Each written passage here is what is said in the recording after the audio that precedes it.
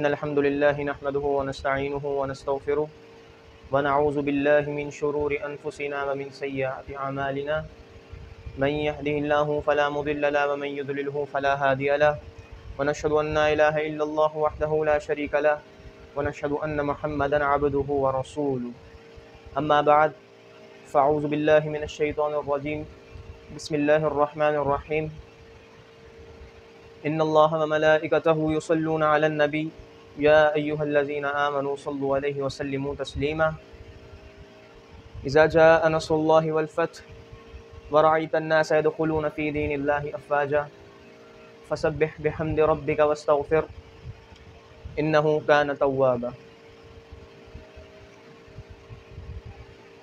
ماہ ربیع الاول چل رہا ہے۔ آپ سب جانتے ہیں کہ آپ صلی اللہ علیہ وسلم خاتم الانبیاء کی پیدائش اور وفات کا مہینہ ہے۔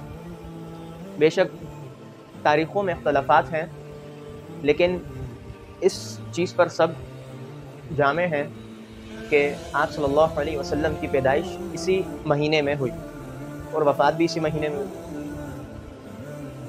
تو جب آپ صلی اللہ علیہ وسلم مکہ کی طرف حج کے لیے گئے تو 11 ہجری کی 11 تاریخ کو آپ صلی اللہ علیہ وسلم کو وحی آئی، قرآن کی آخری صورت جو کہ وحی پر اتری، اذا جاء نصر اللہ والفتح، کہ نبی صلی اللہ علیہ وسلم کے اب آپ کا جو ہم نے جس مشن کے لیے آپ کو اس دنیا میں بھیجا تھا وہ مشن آپ کا پورا ہو گیا۔ تو آپ صلی اللہ علیہ وسلم جب اپنی روانہ ہوتے ہوئے جب اپنی اونٹنی پر سوار ہوئے تو آپ صلی اللہ علیہ وسلم نے اس طرح کے کچھ الفاظ فرما دیے کہ لوگوں کے دلوں میں یہ بات پیدا ہو گئی کہ آپ صلی اللہ علیہ وسلم اب زیادہ وقت تک ہمارے ساتھ نہیں ٹھہرتے۔ اس کے بعد جب آپ صلی اللہ علیہ وسلم مدینہ المنورہ پہنچے تو 11 ہجری کو یہ والی بات ہوئی، وحی اتری آخری کہ نبی صلی اللہ علیہ وسلم اب آپ کا جو ایک ٹاسک تھا، جو اللہ کی طرف سے آپ کو مشن دیا گیا تھا، وہ پورا ہو گیا ہے۔ اور پھر مدینہ منورہ پہنچے تو 28 صفر، اس میں مختلف روایات ہیں کہ 28 صفر یا 29 صفر، 28 یا 29، کہ آپ صلی اللہ علیہ وسلم کچھ روایات میں 28 کی رات کو اور کچھ ہے 29 کہ اسی طرح کا کچھ ہے۔ تو آپ صلی اللہ علیہ وسلم 28 کی رات کو جنت البقیع قبرستان وہاں سے روانہ ہوئے تو آپ صلی اللہ علیہ وسلم کے سر میں شدید درد اور بخار ہونے لگا، تو ایسی بیماری آئی ہوگی صحیح، تو آپ صلی اللہ علیہ وسلم گھر چلے گئے۔ تو ازواج مطہرات کے جیسے وہ دن بدلتے تھے کہ آج کس حجرے میں ٹھہرنا ہے، پھر اگلے دن کس ازواج کے ساتھ ٹھہرنا ہے، پھر اگلے دن کس کے، اس طرح روز بروز باریاں لگا کرتی تھی۔ تو جب بخار سخت ہوا تو پھر بخار سخت ہوا، شدت بڑھی، طبیعت زیادہ خراب ہونے لگی، تو آپ صلی اللہ علیہ وسلم کو یہ معلوم تھا کہ کل کس کا دن ہے، کل کس بیوی کی باری ہے، کل کس کے حجرے میں جانا ہے، اس طرح رہتے تھے۔ تو آپ صلی اللہ علیہ وسلم کو یہ دن یاد تھے، لیکن اس کے باوجود آپ صلی اللہ علیہ وسلم بار بار اپنی ازواج مطہرات سے پوچھتے کہ کل کس کی باری، کل کس کی باری، کل کس کی باری، اور طبیعت ناساز تھی، خراب تھی۔ تو اس لہجے سے ازواج مطہرات نے پہچانا کہ آپ صلی اللہ علیہ وسلم عائشہ صدیقہ رضی اللہ عنہ کے حجرے میں قیام کرنا چاہ رہے ہیں کچھ وقت، کہ جب تک بیماری کے، تو پھر ساری اکٹھی ہوئی اور پھر سب نے اجازت دی کہ آپ جب تک آپ کی طبیعت خراب ہے، بخار اور سر درد شدید ہے، تو آپ عائشہ رضی اللہ عنہ کے ساتھ وقت گزار سکتے ہیں ان کے حجرے میں۔ تو پھر آپ صلی اللہ علیہ وسلم ان کے حجرے کی طرف روانہ ہوئے اور وہاں پہ حضرت عائشہ رضی اللہ عنہ کے ساتھ اپنے بیماری اور پھر موت کا سفر حضرت عائشہ رضی اللہ عنہ کے حجرے میں گزارا، اور پھر تدفین بھی وہیں ہوئی۔ آج بھی جو روضہ رسول ہم جاتے ہیں وہ جو ہے یہاں پہ آپ صلی اللہ علیہ وسلم، حضرت عمر اور حضرت ابو بکر رضی اللہ عنہ کی قبر مبارک ہے، وہ عائشہ صدیقہ کا ہی حجرہ ہے، خیمہ حجرہ۔ تو آج بھی اسی جگہ پہ جہاں پہ آپ صلی اللہ علیہ وسلم انتقال فرمائے، اسی جگہ پر آپ صلی اللہ علیہ وسلم کو دفنا دیا گیا۔ اور اس کے بعد جب آپ صلی اللہ علیہ وسلم حضرت عائشہ کے حجرے میں گئے تو پھر طبیعت خراب ہونے لگی تو صحابہ کرام بھی پوچھنے ہیں, حال احوال پوچھنے ہیں. تو عبداللہ بن مسعود رضی اللہ تعالیٰ عنہ کہ ایسی دل میں ایک سوال پیدا ہو کہ یا رسول اللہ, اگر آپ کے جانے کا وقت آ گیا تو آپ کو کفن کون دے گا؟ آپ صلی اللہ علیہ وسلم نے فرمایا میرے اہل البیت. پھر سوال کیا کہ غسل کون دے گا؟ جواب دیا میرے اہل البیت. اور پھر حضرت عبداللہ بن مسعود رضی اللہ عنہ نے سوال کیا کہ اللہ کے رسول آپ کا جنازہ کون پڑھے گا؟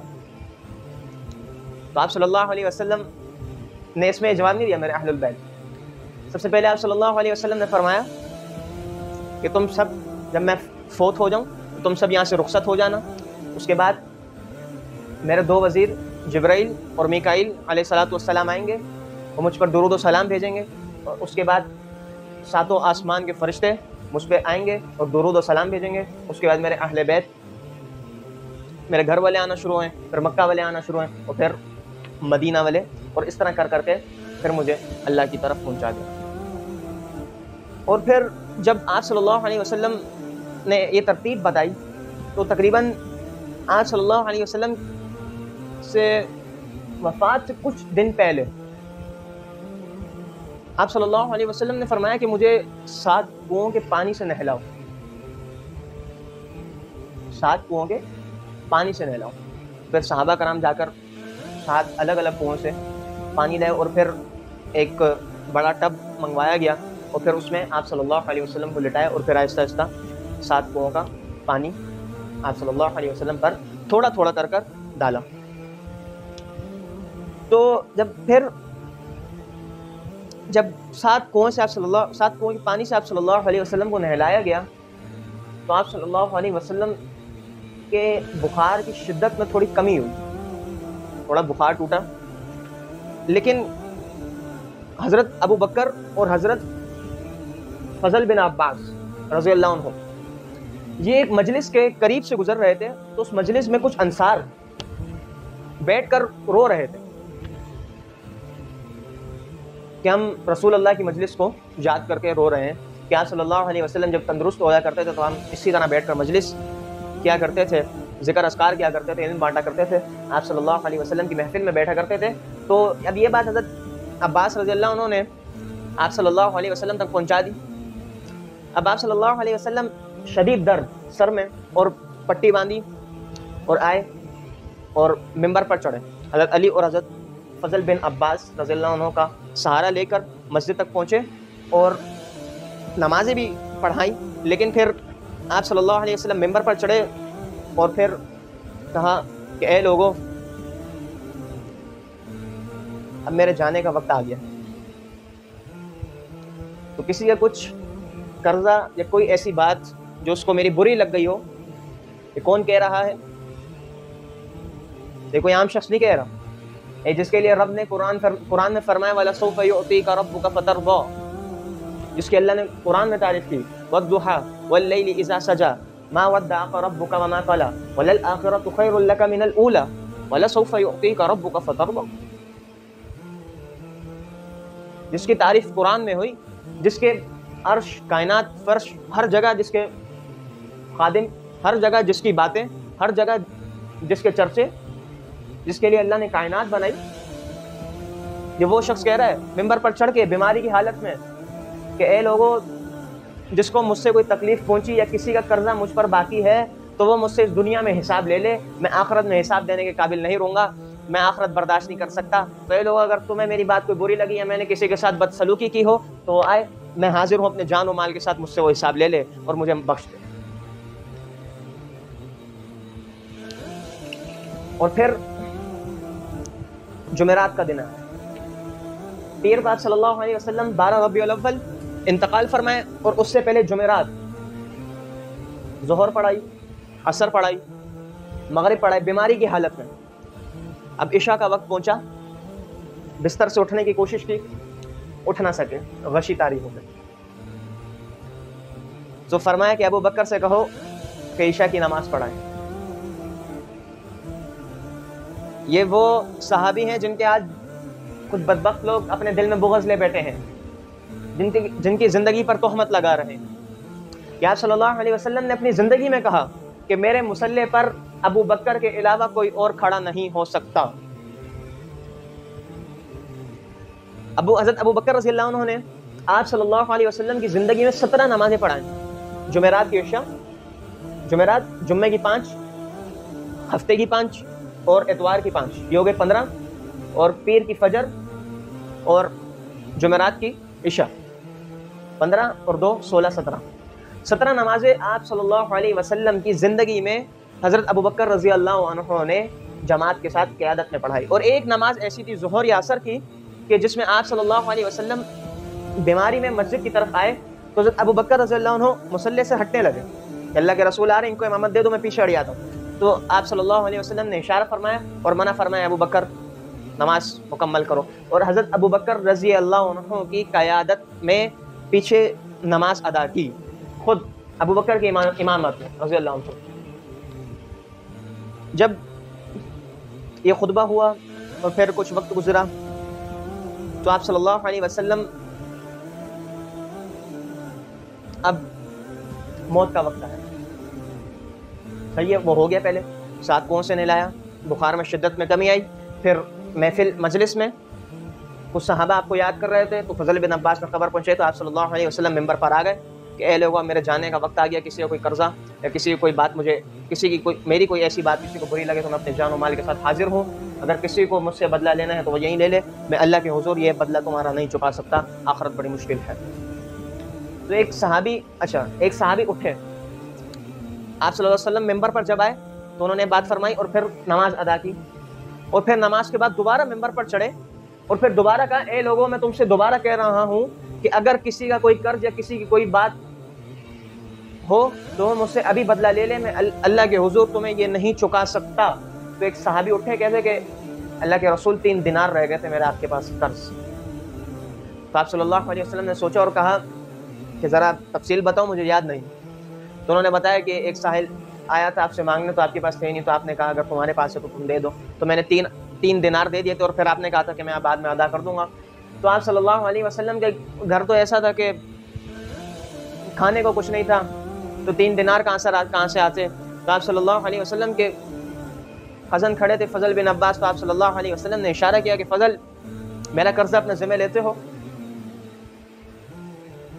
ہم ذرا غور کریں کہ ہے کون رہا ہے، اور آج ہم اپنی انا میں اتنے ڈوبے ہیں کہ اگر ہمیں کوئی سلام نہ کرے تو ہم اس سے زندگی بھر بات ختم کر دیں۔ آج ہمارا کوئی 10 روپے 20 100 روپے قرضہ لے لے تو ہم اس کی جان گوا پڑتے ہیں کہ اے بھائی پیسہ ہمارا واپس کر۔ آج ہمارے ساتھ کوئی بدسلوکی کر لے تو ہم اس کی ماں بہن پر اتر آتے ہیں، اس کو لڑائی جھگڑے پر اتر آتے ہیں۔ آج ہمارے اندر سے تمیز اور غیرت ختم ہو گئی کہ آج ہم یہ بھول گئے کہ ہم کس نبی کی امت، کہ آپ صلی اللہ علیہ وسلم جانے کا وقت آ گیا، اور جس کے لیے آپ اللہ تبارک و تعالیٰ نے فرمایا، اے نبی، اگر آپ خواہش کریں تو میں مکہ کے پہاڑ آپ کے لیے سونے کے کر دوں کہ آپ کو کوئی کمی پیش نہ ہو۔ تو آپ صلی اللہ علیہ وسلم نے منع فرما دیا کہ میری امت کے غریب کہیں مایوس نہ ہو جائے، کہ وہ مجھے دیکھے اور اپنے نبی کہ جب ان کو اپنی تکلیفیں بھاری لگنے لگے تو وہ اپنے نبی صلی اللہ علیہ وسلم کی تکلیفیں یاد کر لیں کہ ہمارے نبی نے کیسے زندگی گزاری تھی، کہ میں ان کے لیے ایک مثال چھوڑ جاؤں کہ اگر تمہیں تمہاری تکلیفیں بھاری لگیں تو اپنے نبی کی تکلیفوں کو یاد کر لینا کہ وہ تو اپنے جاتے وقت 3 دینار دینے کا حقدار نہیں تھا، وہ جاتے وقت اس کے پاس 3 دینار نہیں تھے کہ وہ 3 دینار دے کر کسی کا قرضہ پورا کر سکے۔ تو آپ صلی اللہ علیہ وسلم نے فضل بن عباس سے کہا کہ اے فضل، میرا قرضہ اپنے ذمہ لیتے ہو؟ فضل بن عباس نے کہا جی بالکل، میں آپ کا قرضہ ادا کر دوں گا۔ پھر آپ صلی اللہ علیہ وسلم روانہ ہوئے اپنے حجرے کی طرف۔ پھر حضرت ابو بکر ایک نماز میں امامت کر رہے تو پیچھے سے آپ صلی اللہ علیہ وسلم نے اپنے حجرے کا ہلکا سا پردہ اٹھایا اور ایسے نمازیوں کی طرف دیکھا۔ پیر کا دن فجر کی نماز کے وقت، فجر یا ظہر، فجر، ہلکا سا پردہ اٹھایا اور دیکھا تو آپ صلی اللہ علیہ وسلم نے جب دیکھا تو ابو بکر اور پیچھے جتنی صفیں تھی صحابہ کی سب اپنی نماز میں مڑ گئے پیچھے کی طرف کہ رسول اللہ نے ہمیں دیکھا، نماز کو بھول گئے۔ تو آپ صلی اللہ علیہ وسلم نے ایک دم سے وہ پردہ چھوڑا، اور بس یہ امت کا آخری دیدار تھا آپ صلی اللہ علیہ وسلم کا۔ اس کے بعد پھر موت کے آثار گہرے ہوئے تو اب اللہ کی طرف جانے کی تدبیر شروع ہوئی۔ تو پھر یہ امت کا ایک آخری آپ صلی اللہ علیہ وسلم نے دیدار کیا، اور اس کے بعد پھر اپنے اللہ کے حضور چل بسے. تو پھر جبریل آ گئے. حضرت عائشہ فرماتی ہیں کہ میں اس دنیا میں وہ ایک خوش قسمت عورت ہوں کہ جس کے گردن اور سینے کے درمیان آپ صلی اللہ علیہ وسلم نے اپنی جان اپنے اللہ کے حضور پیش کی. مات فی سحری و نحری، کہ میرے منہ اور گردن اور سینے کے درمیان آپ صلی اللہ علیہ وسلم نے اللہ تبارک و تعالیٰ کے حضور پیش ہوئے. اور آپ حضرت عائشہ کا ایک اور ارشاد ہے کہ میں وہ خوش قسمت عورت ہوں کہ جس کا لعاب مبارک آخری دفعہ آپ صلی اللہ علیہ وسلم کے منہ میں گیا. کہ حضرت عبد الرحمن بن ابو بکر رضی اللہ عنہ حضرت عائشہ کے بھائی آپ صلی اللہ علیہ وسلم سے ملنے آئے تو ان کے ہاتھ میں مسواک تھی. آپ صلی اللہ علیہ وسلم اتنی بخار کی شدت میں، اتنی تکلیف میں تھے کہ وہ کچھ بول بھی نہیں پا رہے، اور ان کی نظریں جو ٹک گئیں مسواک کی طرف، اور وہ بس یوں ٹیک لگا کے اس مسواک کو یوں دیکھے جا رہے. تو حضرت عائشہ نے غور کیا کہ آپ کی یہ جو نگاہیں ہیں یہ اس مسواک پہ ٹکی ہیں. تو آپ صلی اللہ علیہ وسلم سے حضرت عائشہ نے پوچھا کہ آپ کی مسواک کی خواہش ہے؟ تو آپ صلی اللہ علیہ وسلم بول نہیں پا رہے تو آپ نے ہلکا سا کہا، یوں سر ہلایا، اور پھر حضرت عائشہ نے اس مسواک کو نرم کیا اپنے دانتوں سے، اور پھر آپ صلی اللہ علیہ وسلم کے دانتوں پر آہستہ آہستہ کر پھیرا. تو یہ خوش قسمت عورت ہیں جن کا لعاب مبارک آخری دفعہ آپ صلی اللہ علیہ وسلم کے لعاب مبارک سے ملا. اس کے بعد جبرائیل علیہ السلام آپ صلی اللہ علیہ وسلم کی طرف حاضر ہوئے اور آپ صلی اللہ علیہ وسلم سے پوچھا کہ یا رسول اللہ نے مجھے بھیجا ہے کہ جاؤ میرے محبوب کی طبیعت معلوم کر. سبحان اللہ، کہ جاؤ میرے محبوب سے پوچھو تکلیف میں تو نہیں. پھر آپ صلی اللہ علیہ وسلم نے فرمایا کہ جبریل تکلیف، درد ہے، کیونکہ بخار کی شدت اتنی تھی اور سر میں درد آپ صلی اللہ علیہ وسلم کے اتنا تھا کہ آپ صلی اللہ علیہ وسلم سے برداشت نہیں ہو پا رہا. پھر جبریل اللہ کی طرف لوٹے. اب جب جبریل اگلی دفعہ آئے تو جب جبریل علیہ السلام آپ صلی اللہ علیہ وسلم کی خدمت میں حاضر ہوئے تو جبریل فرماتے کہ یا رسول اللہ نے بھیجا ہے اور باہر ملک الموت اندر آنے کی اجازت مانگتا ہے. ذرا آپ ان الفاظ پر غور کریں کہ جبرائیل علیہ السلام کیا فرما رہے ہیں کہ اللہ نے بھیجا ہے کہ باہر آپ کے دروازے کے باہر ملک الموت اندر آنے کی اجازت مانگ رہا ہے. تو آپ صلی اللہ علیہ وسلم نے فرمایا آنے. تو ملک الموت جیسی اندر آئے تو انہوں نے جیسی آپ صلی اللہ علیہ وسلم سے آمنا سامنا ہو تو آپ ملک الموت فرماتے کہ السلام علیکم یا رسول اللہ، اور پھر فرماتے کہ یا رسول اللہ آپ اس دنیا میں پہلی شخصیت ہیں کہ جن سے میں ملا ہوں اور ان کو میں نے سلام کیا ہے، اور آپ اس دنیا میں پہلی شخصیت ہیں کہ جن کے حجرے میں داخل ہوں. اللہ تعالیٰ نے کہا تھا کہ اگر ان کے پاس جاؤ تو ان سے اجازت لے کر جانا، اور جب ان کے پاس پہنچو تو ان کو سلام کر کے بات شروع کرنا. اور پھر ملک الموت فرماتے کہ اللہ کا حکم ہے کہ اگر یہ آنا چاہیں تو ان کو لے آنا، اور اگر نہ آنا چاہیں تو ان کو رہنے دیں. اب آپ مجھے بتائیں کہ میں کیا کروں. تو آپ صلی اللہ علیہ وسلم نے جبرائیل علیہ السلام کی طرف دیکھا کہ جبرائیل تم کیا کہتے ہو؟ تو جبرائیل علیہ السلام فرماتے کہ یا رسول اللہ آپ کی ملاقات کے شوق میں ہے. اللہ آپ کی ملاقات کی شوق میں ہے کہ اللہ چاہتا ہے کہ آپ اب اللہ کی طرف آ جائیں اور اس دنیا کو چھوڑ دیں. تو پھر آپ صلی اللہ علیہ وسلم نے جیسی یہ بات سنی تو آپ صلی اللہ علیہ وسلم نے پہلے اپنی ذات یا اپنی نسل کے بارے میں سوال نہیں کیا، میرے بعد میرے حسن حسین، میرے علی فاطمہ، میرے صحابہ، میرے لوگوں کیا ہوگا. آپ صلی اللہ علیہ وسلم نے فرمایا تو میرے بعد میری امت کا کیا ہوگا. جاؤ ذرا اللہ سے پوچھ کر آؤ کہ اللہ مجھے اپنی طرف بلا تو رہا ہے لیکن میرے بعد میری امت کے ساتھ کیسا معاملہ ہوگا. تو جبریل علیہ الصلوۃ والسلام اللہ تبارک و تعالیٰ کے حضور پیش ہوئے، اور پھر جب آپ صلی اللہ علیہ وسلم کی طرف واپس پہنچے تو جبریل علیہ السلام فرماتے کہ یا رسول اللہ آپ کی امت کا خیر خواہ رہے گا. اللہ کی قسم، اس رب الکائنات کی عزت کی قسم کہ اگر محمد الرسول اللہ صلی اللہ علیہ وسلم یہ سوال نہ اٹھاتے تو آج جس طرح یہ امت بربادیوں میں اور گناہوں میں، اس شرکیات جو اس نے اپنے اندر اپنا لیے ہیں، اپنے نفس کے تابع جس طرح یہ امت ہو چکی ہے، تو آج میں اور آپ بندر خنزیر کی شکل میں بیٹھے ہوتے، ہمارے اوپر بھی طرح طرح کے عذاب آ رہے ہوتے. تو ہم اس بارے میں سوچتے ہی نہیں کہ آج ہم ہماری زندگی کس لیول پہ چل رہی ہے، ہم اللہ سے کتنا دور ہیں، کتنا قریب ہیں، ہمیں اس چیز کی کوئی فکر ہی نہیں ہے. ہم صرف اپنی دنیا بنانے میں لگے ہیں کہ ہم کسی طرح ایک کامیاب شخص بنیں، اور وہ کامیاب شخص بنتے بنتے ایک ناکام شخص ہم بن جاتے ہیں کہ ہم اللہ اور اس کے رسول اور کتاب اللہ کو بھول جاتے ہیں کہ اصل میں ہم دنیا میں آئے کیوں تھے بھائی، کہ ہمیں اللہ تعالیٰ نے اس دنیا میں بھیجا کیوں تھا. اور ادھر ہمارا نبی اس دنیا سے رخصت ہوتے ہوئے بھی فرما رہے کہ جاؤ اللہ سے پوچھو کہ میرے بعد میری امت کے ساتھ کیا کرے گا. تو پھر جبریل فرماتے کہ اللہ آپ کی امت کا خیر خواہ رہے گا. تو اس کے بعد آپ صلی اللہ علیہ وسلم نے فرمایا چلو پھر تقدیر کو پورا کرو. اچھا، جب حضرت عائشہ کا، جس طرح میں نے آپ کو بتایا کہ حضرت عائشہ کے گردن اور سینے کے درمیان ٹیک لگا کر آپ صلی اللہ علیہ وسلم لیٹے ہوئے اور یہ معاملات چل رہے ہیں. حضرت عائشہ کو تو نہیں دکھ رہا، لیکن آپ صلی اللہ علیہ وسلم نبی تھے تو یہ سب محسوس کر رہے ہیں، دیکھ رہے، سن رہے. تو آپ صلی اللہ علیہ وسلم ایک دم سے حضرت عائشہ فرماتی کہ میں وہ خوش نصیب عورت ہوں کہ جس کو یہ سعادت حاصل ہوئی ہے کہ جس کے گردن اور سینے کے درمیان آپ صلی اللہ علیہ وسلم نے اپنی جان پیش کی. جس طرح کہ میں نے پہلے بتایا، مات فی سحری و نحری، گردن اور سینے کے درمیان اپنی جان اللہ کے حضور پیش کی. تو یہ وہی بات ہے کہ آج ہم کس طرح ان صحابہ، ان صحابیات کے خلاف ہمارے لوگ بولنے لگ گئے ہیں کہ ان کے درمیان بغض پیدا کر رہے ہیں اور صحابہ میں اختلافات ڈال رہے ہیں ہمارے ذہنوں میں. تو ہمیں اس چیز سے بچنا چاہیے اور ہمیں اپنی زندگی اور کتاب اللہ پر فوکس کر کے چلنا چاہیے. یہ سیدھی سی بات ہے. بس ان دو باتوں پر اگر ہم عمل کر لیں، اپنی زندگی آسان بنا لیں. یہ نہیں کہ ہر مسئلے میں آپ پڑھ رہو اور اس کی ڈیپ پڑھنی ہے، نہیں بھائی، آپ کتاب اللہ، حدیث، بس اس سے زیادہ آپ کو کوئی کرنے کی ضرورت نہیں.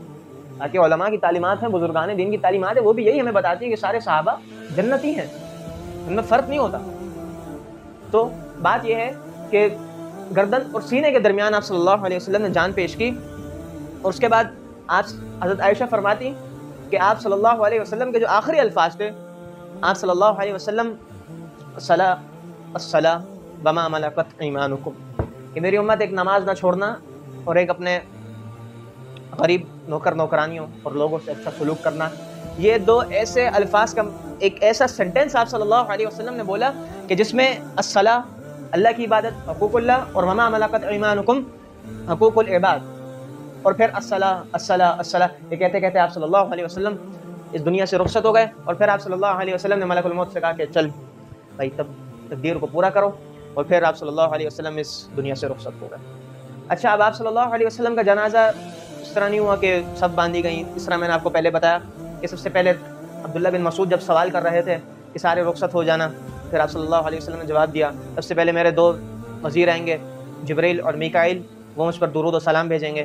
پھر ساتوں آسمان کے فرشتے آئیں گے، اور پھر میرے اہل البیت مکہ والے اور مدینہ والے. اس کے بعد مجھے اللہ کے حوالے کر دینا. تو پیر کو انتقال ہوا، پیر اور منگل یہ 2 دن لگ گئے، اور بدھ کو جا کے آپ صلی اللہ علیہ وسلم کی تدفین ہوئی. اب قبر کھودنے کا وقت آیا، آپ صلی اللہ علیہ وسلم کی قبر کون کھودے؟ تو یہ رکھا گیا کہ جو پہلے آ گیا. ابو طلحہ رضی اللہ عنہ قبر کھودا کرتے تھے لحد والی، مطلب کہ ایک سیدھی قبر کھودی، جس طرح جو ہمارے پاکستان میں ہوتا ہے سیدھی قبر کھودتے دفنا دیتے ہیں. ایک ہوتی ہے لحد والی قبر، ایک سیدھی قبر کھود کے سائڈ پہ اور تھوڑی کھودی جاتی ہے اور پھر اس میں دفنایا جاتا ہے. تو آپ صلی اللہ علیہ وسلم کی قبر لحد والی قبر کھودی گئی تھی، اور جو کہ ابو طلحہ رضی اللہ عنہ نے کھودی. اور اس کے بعد اس سے پہلے آپ صلی اللہ علیہ وسلم کو حضرت علی اور فضل بن عباس رضی اللہ عنہ نے غسل دیا. اور حضرت علی فرماتے کہ جب میں آپ صلی اللہ علیہ وسلم کو غسل دے رہا ہوں اور وہ اس طرح ہاتھ پھیرتے آپ صلی اللہ علیہ وسلم پر، یا نبی، یا رسول اللہ، آج کے بعد آپ اس دنیا کی کوئی تکلیف نہیں دیتے. اگر آپ ہمیں صبر نہ سکھاتے تو آج ہم اس دنیا کو بتا دیتے کہ غم مناتے کیسے ہیں. سبحان. اب یہ اس چیز کی طرف اشارہ ہے کہ آج ہماری جو ایک میت پڑی ہوتی ہے، عورتیں مرد چیخ چیخ کر رونا ڈالا ہوا ہوتا ہے، شور مچایا ہوتا ہے. تو میرے بھائیوں، یہ ایمان کی کمزوری ہے، ہماری اس بندے سے محبت نہیں ہے. 2 دن میت ہے تم سنبھال کے رکھتے ہو، مردہ کبھی ادھر جا رہا ہوتا ہے کبھی ادھر جا رہا ہوتا ہے. بھائی مردے کو جلد سے جلد دفنانا ہوتا ہے. کہ اب آپ بولیں گے آپ صلی اللہ علیہ وسلم کے 2 دن کیوں رکھا؟ وہ نبی تھے، انہوں نے خود کہا تھا کہ اس طرح میرا معمول ایک کرنا. نبی جو کہتے ہیں وہ اللہ کا حکم ہوتا ہے، لیکن شریعت میں جو ہے میت کو زیادہ دیر تک نہیں رکھنا چاہیے، اس کو جلد از جلد اس کے مقام تک پہنچانا چاہیے. آج ہمارے یہاں بدعت بہت پھیل گئی ہے. لوگ دین سے زیادہ روایات و عام یہ جو پھیلی ہوئی ہیں روایات ان کو زیادہ تشبیہ دینے لگ گئے ہیں دین کو ہٹا کے.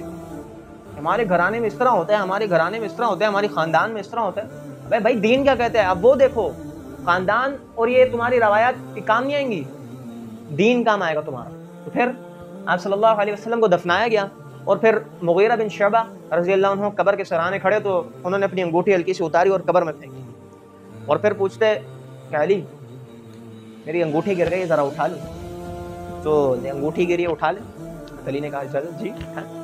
تو وہ اندر جیسے اندر گئے, انگوٹھی صرف ایک بہانہ تھی, انگوٹھی گری ہے جا کے اٹھا لوں, انگوٹھی نہیں اٹھانی.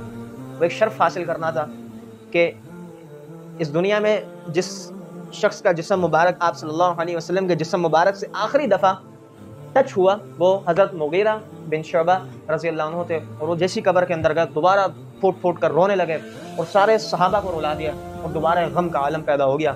سارے پھر ان کو نکالا, اور پھر آپ صلی اللہ علیہ وسلم کو اللہ کے حوالے کر دیا. سو میرے بھائیوں بہنوں, اللہ کی قسم یہ دنیا کچھ نہیں, ایک دن ہم سب نے مر جانا ہے. رہنے والی ذات صرف اللہ کی ہے, کل من علیہا فان ویبقى وجہ ربک ذو الجلال والاکرام, کہ جو وہ ذات باقی رہے گی جو کہ صرف ذو الجلال والاکرام ہے.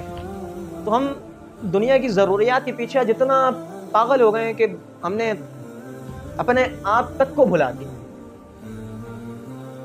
وہ پاگل گدھے گھوڑے اس طرح نہیں لگے ہوتے پیسہ کمانے کے چکر میں, گدھا محنت کر رہا ہوتا ہے اور اس کو کسی اور چیز کی خبر نہیں ہوتی, یہ بس میرے مالک نے مجھے یہ کہہ دیا, بس یہ کرنا ہے میں نے, گدھے کے ذہن میں. اس طرح ہم پیسہ کمانے کے لیے گدھے بن گئے کہ آج نہ ہم نے اللہ کے احکام کی کوئی لاج رکھی, نہ نبی کیسے ہمارے نبی نے تکلیفیں برداشت کی, اور کس طرح کے موقع پر آپ صلی اللہ علیہ وسلم نے جہاں پہ اپنی ذات اور اپنے اولاد کو یاد کرنا چاہیے تھا, آپ صلی اللہ علیہ وسلم نے ہمارا سوال کیا کہ اے اللہ تو میرے بعد میری امت کے ساتھ کیا کرے گا. میرے بھائیوں بہنوں, ہمیں اس چیز سمجھنا چاہیے کہ بھائی آج ہم کس اسٹیج پہ ہیں, آج امت میں کس طرح کے فتنے پھیل گئے ہیں. ہمیں دین علم حاصل کرنا ہے کہ ہم کسی فتنے کا شکار تو نہیں ہو جائیں گے, ہم کسی بدعت کا شکار تو نہیں ہو جائیں گے, ہم کسی کفر کا شکار تو نہیں ہو جائیں گے. ہمیں آج اس چیز کی کوئی ہمارے دل میں کوئی حیثیت ہی نہیں ہے کہ اللہ کون ہے, اللہ کا رسول کون ہے, کتاب اللہ کے کیا احکام ہے. بس عربی پڑھ لی, ماں باپ نے فریضہ انجام دے دیا کہ بسم اللہ اعوذ باللہ یہ پڑھنا سکھا دی, الحمدللہ سے والناس تک قرآن پڑھنا سکھا دیا, بس ماں باپ کی ذمہ داری پوری, اولاد کی ذمہ داری پوری. وہ پڑھ کیا رہا ہے, اس کو وہ کچھ نہیں پتا. نماز پڑھ رہا ہے الحمدللہ رب العالمین, الحمدللہ رب العالمین کا ترجمہ نہیں پتا. میرے بھائیوں ہمیں اس چیز پر فوکس کرنا ہے کہ بھائی ہم اصل در حقیقت ہم دنیا میں آئے کیوں ہیں, ہمیں اللہ نے بنایا کیوں ہے, ہمیں اللہ نے بھیجا کیوں ہے. تو ان سب چیزوں کو مد نظر رکھتے ہوئے ہمیں اپنی زندگی گزارنی ہے کہ سب سے پہلے اللہ, اس کا رسول, اور بعد میں یہ ساری دنیا اور اس دنیا کی ضروریات. کہ گاڑی بنگلے اور پیسے کے لیے ہم جینے نہیں آئے, پیسہ اللہ دیتا ہے. دنیا میں اللہ نے بھیجا, اس پیسے کے نوٹ کو اس اللہ نے بنایا, وہ پیسہ دینے والی کمپنی کو اللہ نے بنایا, اس پیسہ دینے والی کمپنی کے مالک کو اللہ نے بنایا. تو بھائی تم ڈائریکٹ اللہ سے دوستی کر لو نا, تم اس کمپنی کے مالک کے پیچھے کیوں پڑے ہو. تم ڈائریکٹ اللہ سے دوستی کرو, اللہ تمہاری بات کرائے گا. نہیں, آج ہماری امت فتنوں کا شکار ہو گئی. کس وجہ سے؟ کہ آج ہم ان چیز پر فوکس نہیں کر پا رہے کہ آج ہم کس لیول پر, کس اسٹیج پر کھڑے. تو اللہ تعالیٰ دین علم حاصل کرنے کی توفیق دے, اور دین پر استحکامت دے, اور آپ صلی اللہ علیہ وسلم کی سیرت کا علم اور سیرت جاننے کی زیادہ سے زیادہ توفیق دے. وآخر دعوانا ان الحمد للہ رب العالمین.